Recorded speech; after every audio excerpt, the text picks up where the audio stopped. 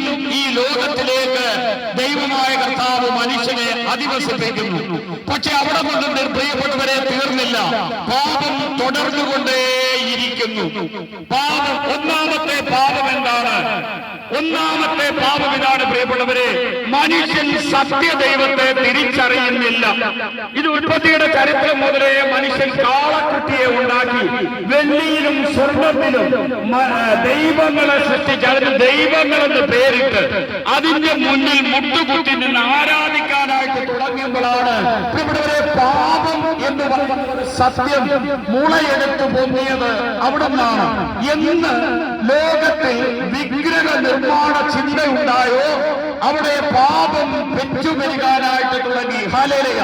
പിന്നെ മനുഷ്യന് മറ്റുള്ള പാപങ്ങള്, വിശ്വസ്തത, ദൈവത്തിനോട് വിശ്വസ്തത കാണിക്കാത്ത മനുഷ്യന്റെ പാപങ്ങൾ പെറ്റുപെരുകി. എന്നിട്ടും പ്രിയപ്പെട്ടവരെ ഒന്ന് ചിന്തിക്കണമേ, ഉൽപ്പത്തിയുടെ ചരിത്രം കഴിഞ്ഞു കഴിഞ്ഞ് വീണ്ടും ജനം പെറ്റുപെരുകിയപ്പോൾ നല്ല ദൈവം തന്റെ സ്വപുത്രനെ, ഒരുവനെ, പിതാവ്, പുത്രൻ, പരിശുദ്ധാത്മാവായ ദൈവം, ഇത് മൂന്നുപേരും ഒരാൾ തന്നെയാണ്.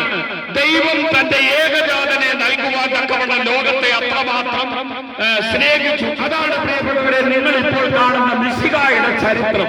അത് പുതിയ നിയമമാണ്. മനുഷ്യനെ രക്ഷിക്കാനായിട്ട് യേശു ഭൂമിയിലേക്ക് കടന്നു വന്നാൽ നിങ്ങൾ ശ്രദ്ധിക്കണമേ, മനുഷ്യനെ സൃഷ്ടിച്ച ദൈവം മുഴുവൻ മനുഷ്യനും പാപത്തിലേക്ക് പോകുന്നത് കണ്ടപ്പോൾ ഒരു ജനതയെ മുഴുവൻ ഒരു വലിയ ജലപ്രളയത്താൽ ദൈവം ഇല്ലാതാക്കി. കാരണം പാപം ചെയ്യുന്ന മനുഷ്യന് സ്വർഗം നഷ്ടപ്പെടുന്നത് കണ്ടപ്പോൾ പാപത്തിൽ വീണ് ആ ജനത്തെ നീക്കം ചെയ്തുകൊണ്ട് പുതിയൊരു തലമുറയിലേക്ക്, പുതിയ ഒരു ജനതയിലേക്ക് വീണ്ടും ദൈവം ഒരു സൃഷ്ടികർമ്മം നടത്തുന്നു. ലോകകാലം മുതൽ ഇങ്ങോട്ട് മനുഷ്യന്റെ ആയുസ് 900 വർഷമായിരുന്നു. അബ്രഹാം, ആദം എന്ന് പറയുന്ന വ്യക്തിക്ക് 960 വയസ്സായിരുന്നു. പക്ഷെ മനുഷ്യൻ പാപം ചെയ്യാൻ തുടങ്ങിയ ആ നിമിഷം മുതൽ സംഭവിച്ചെന്താണ്? അവന്റെ ആയുസ് കുറഞ്ഞു വന്നു. ഇപ്പോൾ അവന്റെ ആയുസിന്റെ ദൈർഘ്യം എത്ര? ഏറിയാൽ 60, 70 അല്ലെങ്കിൽ 80. എന്നിട്ട് പറയുകയാണ് 60 മുന്നോട്ട് പോകുമ്പോൾ മനുഷ്യന് രോഗവും ദുരിതവും കടന്നു വരുന്നു എന്ന് വളരെ വ്യക്തമായിട്ട് പറയുന്നു. പ്രിയപ്പെട്ടവരെ, ദൈവം തിരുമനസ്സായി തന്റെ പുത്രനെ ലോകത്തിലേക്ക് അയച്ചു. എങ്ങനെയാണ് പ്രിയപ്പെട്ടവരെ യേശു ക്രിസ്തു ഈ ഭൂമിയിലേക്ക് കടന്നു വന്നതെന്ന് നിങ്ങൾക്കറിയാമല്ലോ. ബൈബിൾ വായിക്കുന്നവരും അല്ലാത്തവർക്കും ഒക്കെ ആയിട്ട്, ടിവിയിലും ഒക്കെ ആയിട്ട് മറ്റുള്ള മതസ്ഥർക്ക് എല്ലാവർക്കും ഈ ചരിത്രം അറിയാവുന്നതാണ്. ദൈവം മനുഷ്യനായിരിക്കെ, ദൈവമായിരിക്കെ മനുഷ്യനായിട്ട് ഭൂമിയിൽ അവതരിച്ചു. പ്രിയപ്പെട്ടവരെ, ദൈവം കാണിച്ച ഏറ്റവും വലിയ നമ്മളോടുള്ള ഒരു മനസ്സലിവാണ് തന്റെ പുത്രനെ ലോകത്തിലേക്ക് അയച്ചത്. ഓരോരുത്തരും ചോദിക്കും, യേശുക്രിസ്തു വന്നിട്ട് 2000 വർഷമല്ലേ ആയുള്ളൂ?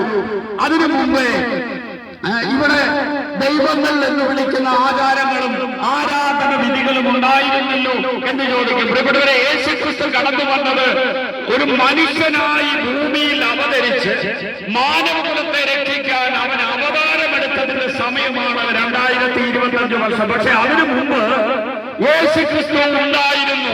പിതാവ്, പുത്രൻ, പരിശുദ്ധാത്മാവായ ദൈവം. പരിശുദ്ധാത്മാവായ ദൈവം ആരാണ്? ജ്ഞാനമാണ്, ജ്ഞാനത്തിന്റെ ഉറവിടമാണ്. നിങ്ങളെ ആരെങ്കിലും എന്റെ ദൈവമേ എന്ന് വിളിച്ചുകൊണ്ട് ഉറങ്ങാനായിട്ട് കിടക്കുന്നുണ്ടെങ്കിൽ അത് പരിശുദ്ധാത്മാവിന്റെ പ്രവർത്തനമാണ്. പരിശുദ്ധാത്മാവില്ലാതെ ഒരുവനും ദൈവത്തിലേക്ക് നോക്കത്തില്ല. പരിശുദ്ധാത്മാവായ ദൈവം എന്ന് പറയുന്ന ഒരു വ്യക്തിയില്ലെങ്കിൽ മൃഗങ്ങൾ ജീവിക്കുന്നത് പോലെ മനുഷ്യൻ ജീവിക്കും. അതുകൊണ്ടാണ് പരിശുദ്ധ ത്രിത്വം എന്ന് പറയുന്നു. ഇത് ഋഗ്വേദം പറയുന്ന എങ്ങനെയാണെന്ന് അറിയാമോ? പ്രിയപ്പെട്ടവരെ, പിതാപുത്ര ആത്മസംയുക്തം ബ്രഹ്മവും എന്നാണ് ഋഗ്വേദം പറയുന്നത്. എന്നിട്ട് ഋഗ്വേദം പറഞ്ഞു വെക്കുകയാണ്, മനുഷ്യന് ഓട്, മരം, കല്ല്, ഇഷ്ടിക ഉപയോഗിച്ച് വിഗ്രഹത്തെ നിർമ്മിക്കുകയും വിഗ്രഹത്തെ ആരാധിക്കുകയും ചെയ്യരുത്.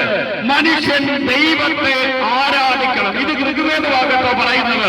1 മുതൽ 9 വരെയുള്ള സൂക്തങ്ങളിലൂടെ ഈ വചനം കൃത്യമായിട്ട് പറഞ്ഞു വരുന്നു എന്നുള്ളതാണ്. എന്നിട്ട് യേശുക്രിസ്തുവിനെ പറയുന്ന ഇതാണ്, പ്രജാപതിയുടെ യാഗം നടക്കും. പ്രിയപ്പെട്ടവരെ, ഇത് ഭഗവത്ഗീതയിൽ സൂചിപ്പിക്കുന്നുണ്ട്. പ്രജാപതി യാഗം നടക്കും, അതിലൂടെ രക്ഷ കൈവരും. അപ്പൊ പ്രിയപ്പെട്ടവരെ ഒന്ന് മനസ്സിലാക്കണമേ, ആദ്യമേ ഉണ്ടായിരുന്ന ആരാധിക്കുന്നവൻ, ലോകത്തിന്റെ പാപങ്ങൾ ഏറ്റെടുക്കാനായിട്ട് ഈ ഭൂമിയിലേക്ക് കടന്നു വന്ന ആ ദൈവം, അത് യോഹന്നാന്റെ സുവിശേഷം 1-ാം അധ്യായത്തിൽ പറയുകയാണ്, ആദിയിൽ വചനം ഉണ്ടായിരുന്നു, വചനം ദൈവത്തോടു കൂടിയായിരുന്നു, വചനം ദൈവമായിരുന്നു, സമസ്തവും അവനിലൂടെ ഉളവായി, അവൻ ആദിയിൽ അവിടത്തോട് കൂടെ ആയിരുന്നു. ഹല്ലേലൂയ. അപ്പൊ ഞാൻ പറയുന്നത് നിങ്ങൾ മനസ്സിലാക്കണമേ, ആദ്യമേ ഉണ്ടായിരുന്ന യേശു ക്രിസ്തു ഭൂമിയിൽ 15 വയസ്സിൽ താഴെയുള്ള പെൺകുട്ടിയിലൂടെ പുരുഷൻ തൊടാത്ത ആദ്യത്തെ കന്യകാജനനം നടന്നു. 2025 വർഷങ്ങൾ മുമ്പ്. ഈ ഭാഗം നിങ്ങൾ കുറിച്ചിട്ടോ. അന്നു മുതൽ ഇതിന് വന്ന പേരെന്താണ്? ക്രിസ്തു വർഷം. ചരിത്രത്തെ BC-യിൽ നിന്ന് AD-യിലേക്ക് കൊണ്ടുവന്നു. ഇവിടെ ആ കാലയളവ് മനുഷ്യനുണ്ടായിരുന്നു. മനുഷ്യൻ എല്ലാ സ്ഥലത്തും തിങ്ങി നിറഞ്ഞില്ലെങ്കിലും മനുഷ്യനുണ്ടായിരുന്നു. അവരെല്ലാം പ്രിയപ്പെട്ടവരെ ആരാധിക്കുന്നത് സത്യദൈവത്തെ അല്ലായിരുന്നു. മനസ്സിലാക്കണമേ, സത്യദൈവത്തെ ആരാധിക്കാത്ത ഒരു ജനതയുടെ മുമ്പിൽ സ്വർഗം എതിരായിട്ട് മാറുമ്പോൾ കാലാവസ്ഥ, പാർശ്വവാദി, യുദ്ധം, ക്ഷാമം, ഭൂകമ്പം, ഉരുൾപൊട്ടലടക്കം നമ്മൾ ഇതിങ്ങനെ കണ്ടുവരുന്നു. പക്ഷെ പ്രിയപ്പെട്ടവരെ, നമുക്ക് ഒരു വലിയ തെറ്റുപറ്റിയിരിക്കുകയാണ്. മതഗ്രന്ഥങ്ങൾ നമ്മൾ വായിക്കുകയോ മതഗ്രന്ഥങ്ങളെ പറ്റി പഠിക്കുകയോ ചെയ്യത്തില്ല. ബാക്കി പത്രങ്ങള്, വാർത്താ മാധ്യമങ്ങള്, ഇന്റർനെറ്റ് എല്ലാം നമ്മൾ ഉപയോഗിക്കും. പക്ഷേ മതഗ്രന്ഥങ്ങള് പഠിക്കത്തില്ല. ഇവിടെ ഉപനിഷത്തുകൾ എഴുതി വെച്ചിരിക്കുകയാണ്, പുരുഷ യവേദ സർവ യഹൂദ നക്ഷത്രം ഉത്താമൃതസ്യ ഈശാന കന്യകയെ ഗർഭസ്ഥെ. കന്യകയിൽ നിന്ന് പുരുഷന്റെ ഇച്ഛയില്ലാതെ ജനിക്കുന്നവൻ സൃഷ്ടി സ്ഥിതി പരിപാലകൻ എന്ന് പറഞ്ഞാൽ അതാണ് യോഹന്നാന്റെ സുവിശേഷം. ആദിയിൽ വചനമുണ്ടായിരുന്നു, വചനം ദൈവത്തോടു കൂടിയായിരുന്നു. ഈ സൃഷ്ടികർമ്മ ആരിലൂടെ ദൈവം പൂർത്തീകരിച്ചു? ആ ദൈവത്തിനെ ഭൂമിയിലേക്ക് ദൈവം അയച്ചു. എന്തിനു വേണ്ടി അയച്ചു?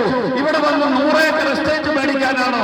മനുഷ്യന്റെ പാപങ്ങളെ ഏറ്റെടുക്കാൻ. അപ്പൊ എന്താണ് മനുഷ്യന്റെ പാപം? മനുഷ്യന്റെ പാപം അവന്റെ പിതാവ് ഏറ്റെടുത്തിട്ടില്ല. നിങ്ങൾ മനസ്സിലാക്കണമേ, മനുഷ്യന്റെ പാപം അവന്റെ പിതാവ് അപ്പം പോലും മക്കൾക്ക് വേണ്ടി ഏറ്റെടുക്കാൻ വിസമ്മതിക്കും. യേശു ക്രിസ്തു ലോകത്തിന്റെ ചരിത്രത്തിൽ ആദ്യമായിട്ട് മാനവകുലത്തിന്റെ പാപം ഏറ്റെടുത്തു. ഇതിലൊരു പള്ളിപ്പുള്ള തെറ്റുണ്ടെങ്കിൽ ബൈബിളിൽ നിന്ന് നിങ്ങൾ ഒരു സംശയം ചോദിച്ചാൽ ഞങ്ങൾ നിങ്ങളോട് പറഞ്ഞു തരും. അതിന് കടപ്പെട്ടവരാണ് ഞങ്ങള്. പ്രിയപ്പെട്ടവരെ, നിങ്ങൾ മനസ്സിലാക്കണമേ, സകല രാജാക്കന്മാര് യുദ്ധം ചെയ്ത് പിടിച്ചടക്കി രക്തം മണ്ണിൽ വീണു.